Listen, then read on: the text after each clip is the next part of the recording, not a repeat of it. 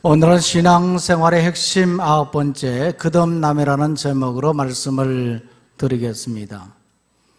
하나님 나라에 들어가는 사람은 거듭난 사람입니다.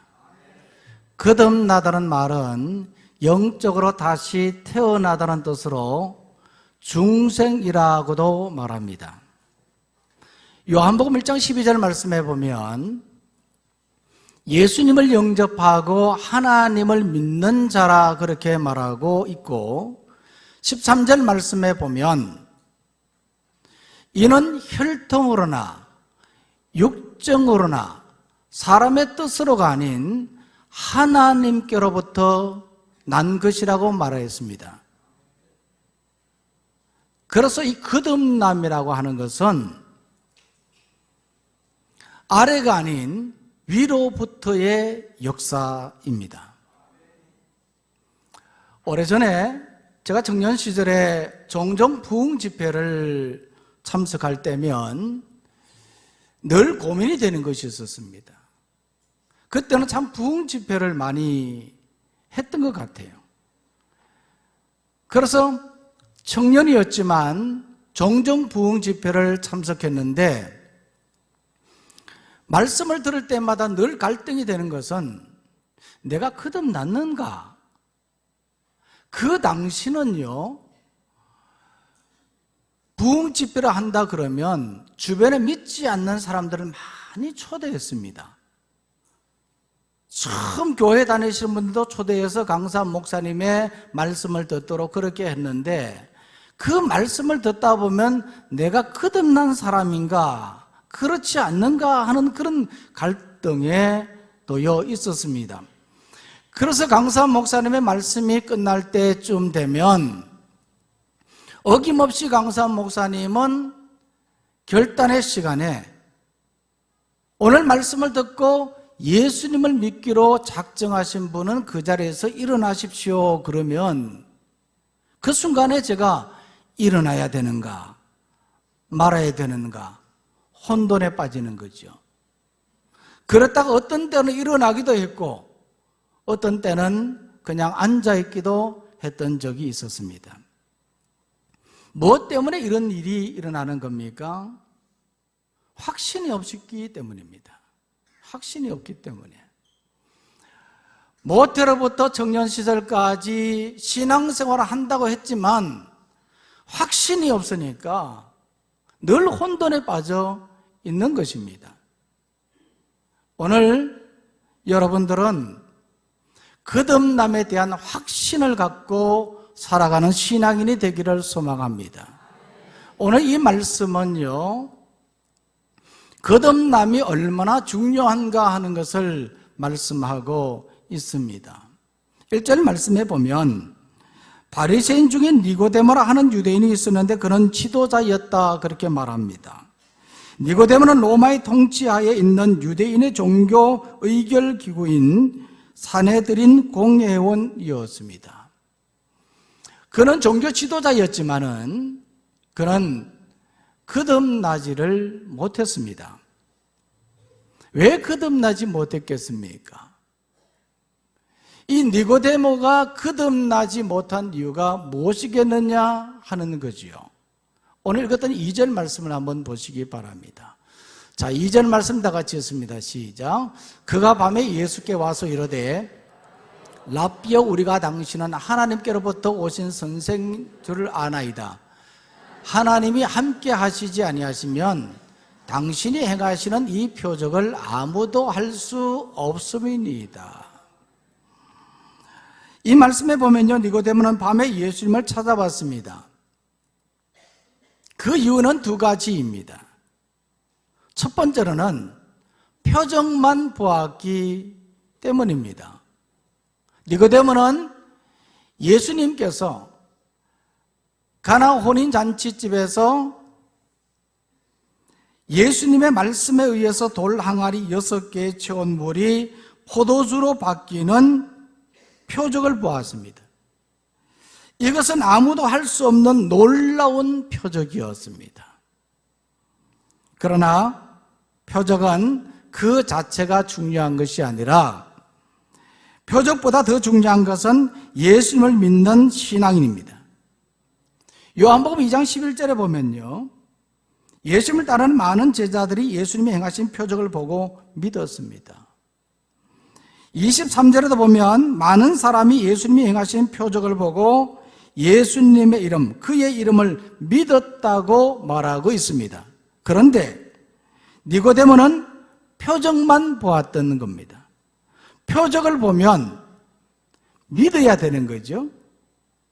보는 단계에만 머물렀지 믿음의 단계로 나아가지 못했다는 겁니다. 그래서 니고데모는 표적만 보았기 때문에 거듭나지 못했습니다. 또 하나는 예수님을 알지 못했기 때문입니다. 니고데모는 표적을 본 후에 예수님이 평범한 분이 아니라는 것을 직감했습니다. 그렇지만 누구신지 알지 못했습니다. 그 증거가 예수님을 찾아와서 랍비어라고 말했죠. 유대 율법주의자들의 선생인 것과 마찬가지로 이 랍비라는 말은 선생이라는 뜻이거든요. 예수님을 향해서 랍비어 그렇게 말했습니다. 그러나 니고데모는 예수님을 단지 선생으로 정도로만 생각한 것이 아니라 그 이상으로 생각을 했습니다. 마치 모세나 에레미야나 그리고 세례요한과 같이 하나님으로부터 보냄을 받은 자 중에 한 사람 정도일 것이라고 생각은 했던 것이죠. 평범한 사람은 아니라고 생각했지만, 그러나 니고데모는 예수님이 누군지 알지 못했던 겁니다. 이것을 보면요, 니고데모는 거듭나지 못했던 사람인 것을 알 수 있습니다. 표적은 보았지만 믿음이 없었고 평범한 분이 아니라는 직감은 했지만 예수님이 누구신지 정확히 알지 못했습니다. 그래서 이러한 니고데모를 향해서 예수님께서 무엇이라고 말씀을 하셨습니까? 오늘 3절 말씀해 보니까요, 거듭나지 아니하면 하나님의 나라를 볼 수 없다. 거듭나야 한다, 그렇게 말했거든요. 이것은 니고데모가 거듭나지 못했다는 증거입니다. 만약 니고데모가 거듭난 사람이라고 한다면 이런 말 할 필요가 있습니까? 없습니까? 할 필요가 없지요. 거듭나지 못했기 때문에 이와 같이 말했던 겁니다. 우리는 이 말씀을 바라보면서 우리 자신을 생각해 봐야 됩니다. 우리는 거듭난 사람인가 하는 것이죠. 성령님이 임하신 분들은 아멘이라고 대답할 것입니다. 그러나 아직도 확신이 없었으면 그것은 기도해야 될 일입니다. 왜냐하면 거듭나지 아니하면 하나님 나라를 볼 수 없기 때문입니다. 죽어서 천국까지 못한다는 말입니다. 자, 그러면 어떻게 거듭날 수 있는가 하는 겁니다. 니고데모는 거듭나지 못했습니다. 왜 거듭나지 못했다고요? 첫 번째로는 표적만 보았기 때문이고, 두 번째로는 예수님을 알지 못했기 때문이다. 자, 그러면 어떻게 거듭날 수 있느냐 하는 거죠. 5절 말씀 다 같이 보겠습니다. 시작. 예수께서 대답하시되 진실로 진실로 내게 이르노니 사람이 물과 성령으로 나지 아니하면 하나님의 나라에 들어갈 수 없느니라. 아멘. 4절 말씀에 보면요, 니고데모는 거듭남에 대해서 알지를 못했습니다. 이것은 당연한 결과일 수 있습니다. 왜냐하면요, 예수님을 알지 못했기 때문이죠. 예수님께서 거듭나지 않으면 하나님 나라를 볼 수 없다고 말했을 때 그가 말했습니다. 사람이 늙으면 어떻게 다시 날 수 있습니까? 두 번째 모태에 들어갔다가 다시 날 수 있습니까? 이것은 거듭남에 대해서 안다는 말입니까? 모른다는 말입니까?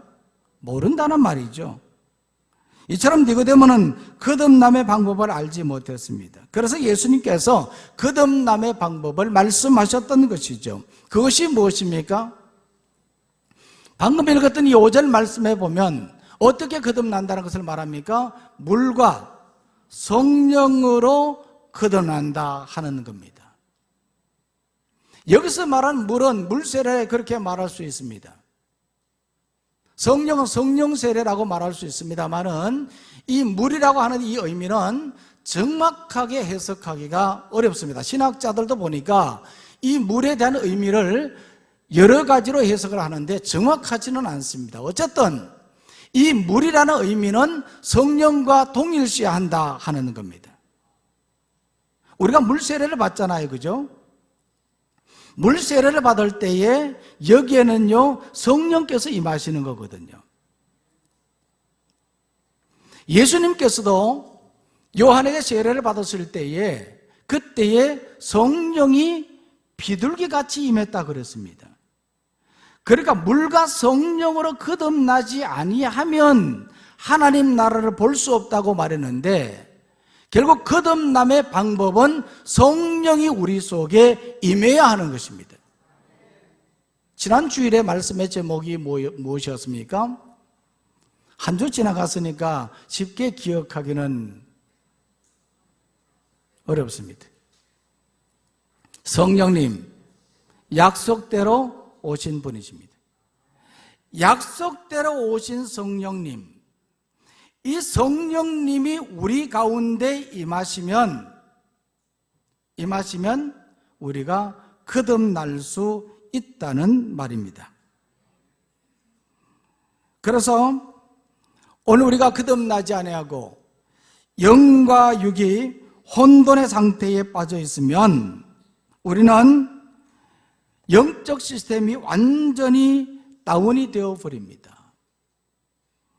마치 컴퓨터 시스템이 다운되는 것과 같습니다. 아무리 키보드를 두드려도 꼼짝하지 않습니다. 그러면 어떻게 해야 되겠습니까? 제가 어저께 설교를 준비하는 가운데 열심히 준비하는데 갑자기 다운이 되어버린 겁니다. 갑자기 컴퓨터가 가버린 겁니다. 순간 아찔했습니다. 다 날아가 버리면 어떡하지?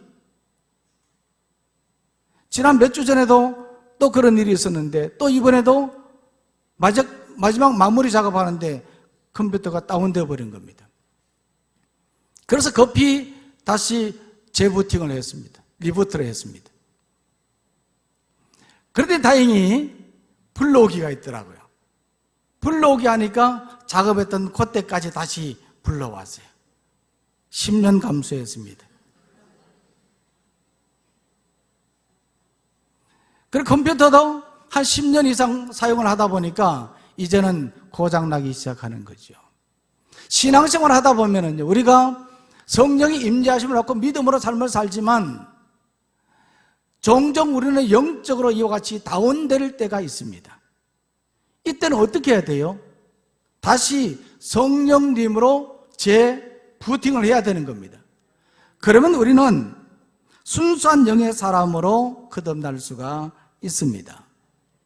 이처럼 오늘 우리는 물과 성령으로 거듭나지 아니하면 하나님 나라를 볼 수 없다는 것을 생각하고 성령의 임재하심으로 거듭난 신앙인이 되기를 소망합니다. 자, 그렇다면 이 성령의 거듭남, 이 거듭남의 증거가 무엇인가 하는 겁니다.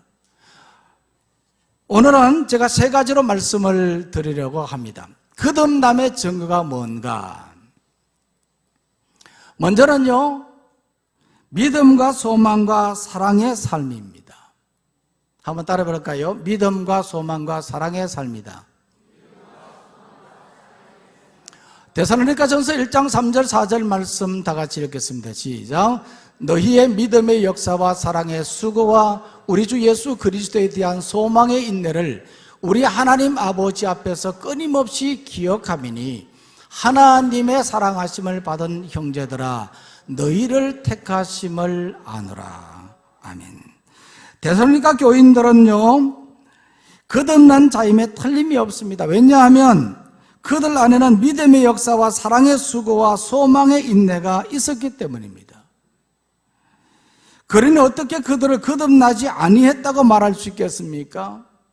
이 믿음의 역사라고 하는 것은요 믿음을 가지고 행하는 모든 일을 말합니다. 그리고 사랑의 수고는 사랑으로 헌신하며 희생하는 삶을 말합니다. 그리고 소망의 인내는 미래를 바라보고 흔들리지 않으며 인내하는 생활을 말합니다. 데살로니가 교인들의 삶에는 이런 거듭남의 증거가 있었습니다. 그래서 사도 바울은 그들의 거듭남의 증거를 보고 하나님이 그의 자녀로 선택하셨다고 말했습니다. 그래서 이 말씀 끝에 보면요, 이와 같이 말하고 있습니다. 이 말씀 끝에 한번 4절 끝에 한번 볼까요? 이 말씀에 보면요, 이렇게 말하죠. 하나님의 사랑하심을 받은 형제들아, 너희를 택하심을 아노라 그랬습니다. 그러니까 이들이 하나님의 택하심을 받았다는 거지요. 그렇지만 하나님의 선택은요, 그들의 행함을 근거로 하고 있지는 않습니다. 거듭남의 증거가 행함이라는 것을 말하는 거죠. 이미 우리가 말씀을 드렸습니다마는 우리가 아무리 착하고 의롭게 행하고 또 남을 돕는 그런 선한 일을 많이 한다고 하더라도 그것으로 우리가 구원받는 것은 아닙니다. 구원은 믿음으로 받는 겁니다. 이 믿음은 하나님이 창세전부터 우리를 선택해 주신 결과인 것입니다. 그래서 교회 안에는요, 구원받은 자가 있고 구원받지 못한 자가 있습니다. 그래서 교회라고 말했을 때는 두 종류를 이야기하는 거거든요. 유형교회와 무형교회, 보이는 교회와 보이지 않는 교회. 어떤 교회가 참 교회입니까? 우리가 훈련을 받으면서도 말씀을 드렸지 않습니까? 참 교회는 보이지 않는 교회다. 무형교회다. 유형교회가 뭐고 무형교회가 뭐냐? 유형교회는요, 보이는 교회입니다. 여기 앉아있는 모든 성도들, 이 공동체가 바로 유형교회거든요. 여기는 모두가 구원받는 사람이 아닙니다. 교회 다닌다고 해서 다 구원받는 것이 아니고 예수님을 믿어야지 구원을 받는 겁니다. 그래서 이 안에는 믿는 사람도 있고 믿지 않는 사람도 있기 때문에 이 모든 것을 가르쳐서 유형교회라 그렇게 말하고, 그러나 보이지는 않지만 누군지는 알지 못하지만은 참으로 믿는 사람이 있습니다. 그 사람을 가르쳐서 무형교회, 그런 사람들을 가르쳐서 무형교회라고 말하죠. 이 교회가 참교회라 하는 거죠. 그래서 우리가 하나님의 선택을 받고 구원을 받는 것은 우리의 행함이 아니라 창세전부터 하나님의 선택하심에 따라서 우리가 구원을 받는 것입니다. 그래서 우리가 구원받는 것은 하나님의 은혜라는 거죠. 그러나 이 사람이 구원받았는지 구원받지 않았는지 우리가 정확히 알 수는 없지만은 드러나는 그 행위를 보면 우리가 알 수 있다는 말입니다. 오늘 보면 8절 말씀도 한번 보십시오.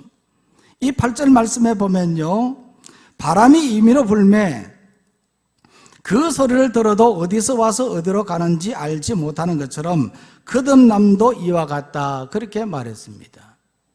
바람이 불면요, 바람이 분다는 것을 알 수 있지 않습니까? 그러니까 깃발이 흔들리면요, 이 바람의 세기도 알 수 있고 바람의 방향들도 알 수 있거든요. 바람이 있다는 것을 알 수 있잖아요, 그죠? 그러니까 나타나는 그 행위들을 보면 이 사람이 거듭난 사람인가 그렇지 않는 사람인가 하는 것을 알 수 있다는 것을 말하는 것입니다. 이처럼 거듭난 사람은 하나님이 기뻐하시는 일에 선한 마음을 갖고 악한 일에는 죄책감을 갖습니다. 삶의 모습도 다르고 얼굴 표정도 다르고 말하는 것도 다르고 걸음걸이도 다르고 품위가 있습니다. 이 품위는요, 사람이 갖춰야 할 기품과 위엄을 말하는데 옷을 잘 입어야 품위 있는 것이 아니라 신앙생활에서 품위가 나옵니다.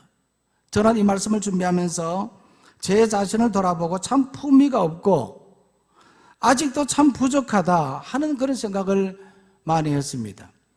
이 말씀을 준비하면서 회개하고 또 하나님 앞에 기도했습니다.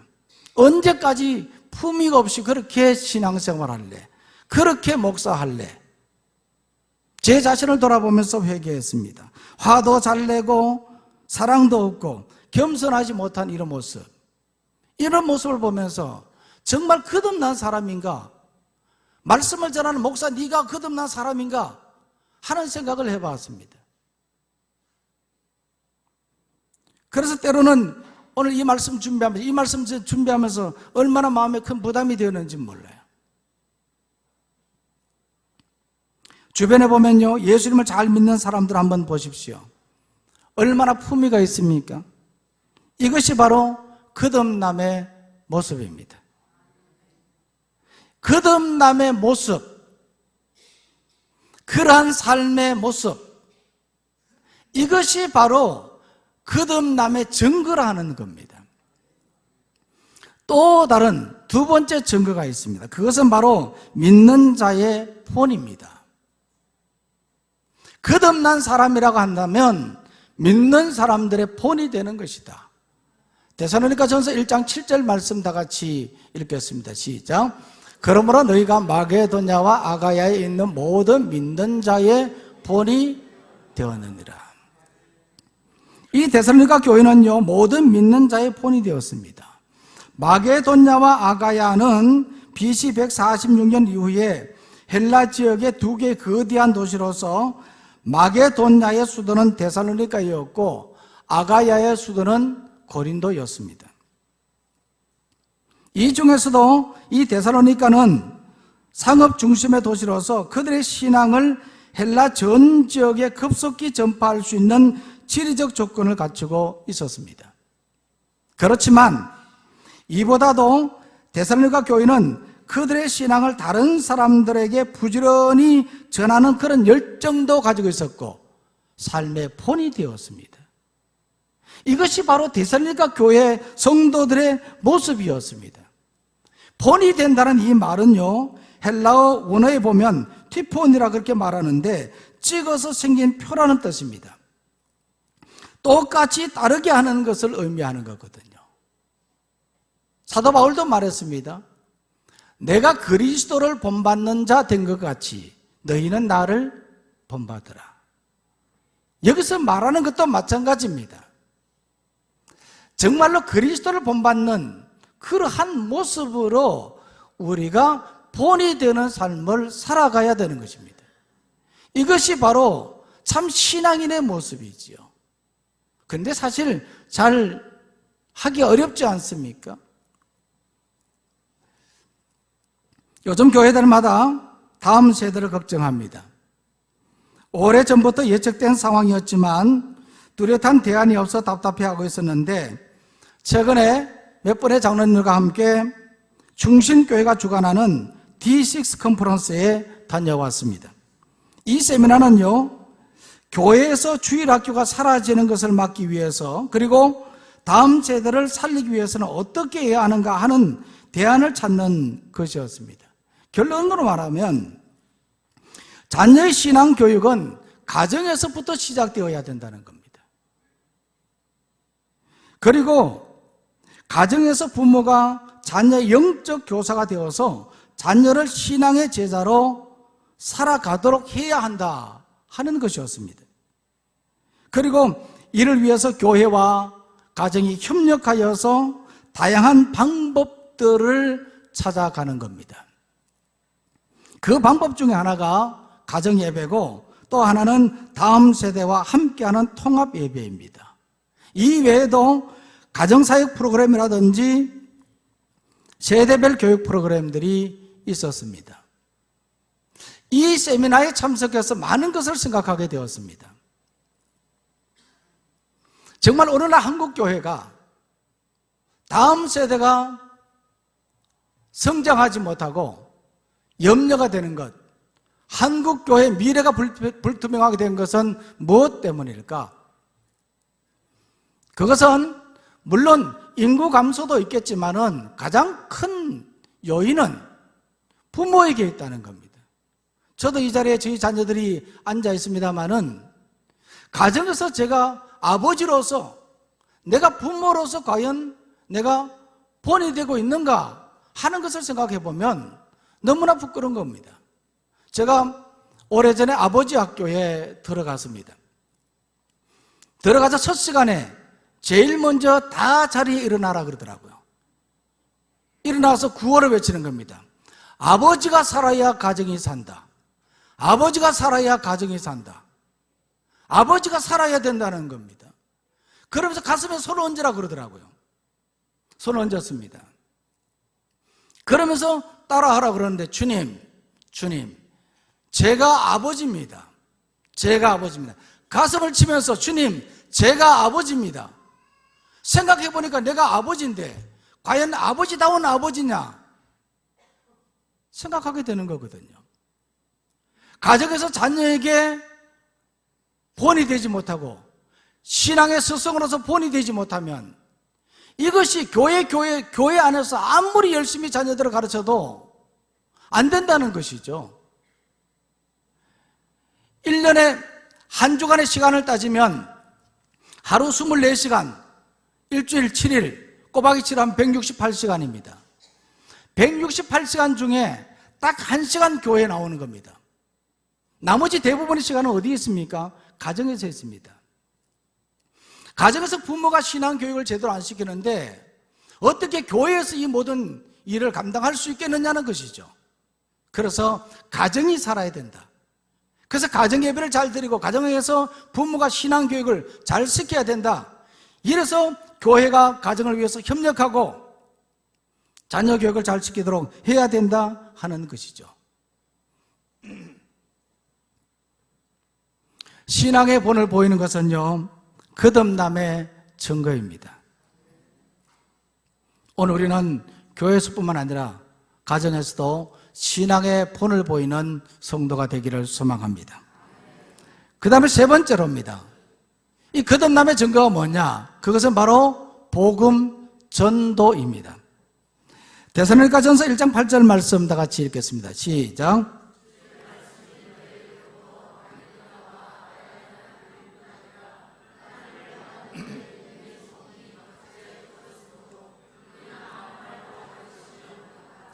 자, 이게 보면요, 이 데살로니가 교회는요, 주의 말씀, 곧 복음을 마게도냐와 아가야뿐만 아니라 각처에 전했다 하는 것을 말합니다. 이들은요, 바울로부터 전해 들은 복음을 다른 지역에 전파했습니다. 여기에 대해서는 바울이 더 할 말이 없다고 그랬습니다. 복음 전파를 잘하기 때문에 더 이상 할 말이 없다. 그렇게 말했습니다. 왜냐하면 데살로니가 교회 교인들은 이러한 소문이 널리 퍼져 있었기 때문입니다. 우리도 복음 전도의 사명을 잘 감당하기를 원합니다. 11월 3일, 11월 10일 두 주일에 걸쳐서 우리는 새생명 전도 축제를 합니다. 이미 앞에서 말씀을 드렸던 것처럼 전도는 사명입니다. 우리가 늘 생활 속에서 전도하는 삶을, 복음 전하는 삶을 살아야 되는데 그렇게 하지 못하니까 1년에 이런 기회를 통해서 한 차례 정도는 우리가 전도하자, 이 사명을 감당하자 하는 겁니다. 전도는 선택사항이 아닙니다.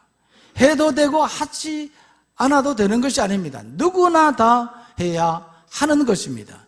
때를 얻든지 못 얻든지 힘써 하는 것이 우리의 사명인 것입니다. 전도해서 큰 교회 만들려고 그러느냐? 절대로 아닙니다. 그렇게 생각하면 안 돼요. 우리는 사명을 감당하고자 하는 겁니다. 그래서 이거는 누구나 다 참석해야 되는 겁니다. 그 누구도 여기는 예외가 없는 것입니다. 바로 거듭남의 증거이기 때문입니다. 거듭난 사람은 바로 이와 같이 데살로니가 교회 성도들처럼 전도하는 삶을 살아가는 것입니다. 이 시간으로 영상 하나를 보도록 하겠습니다.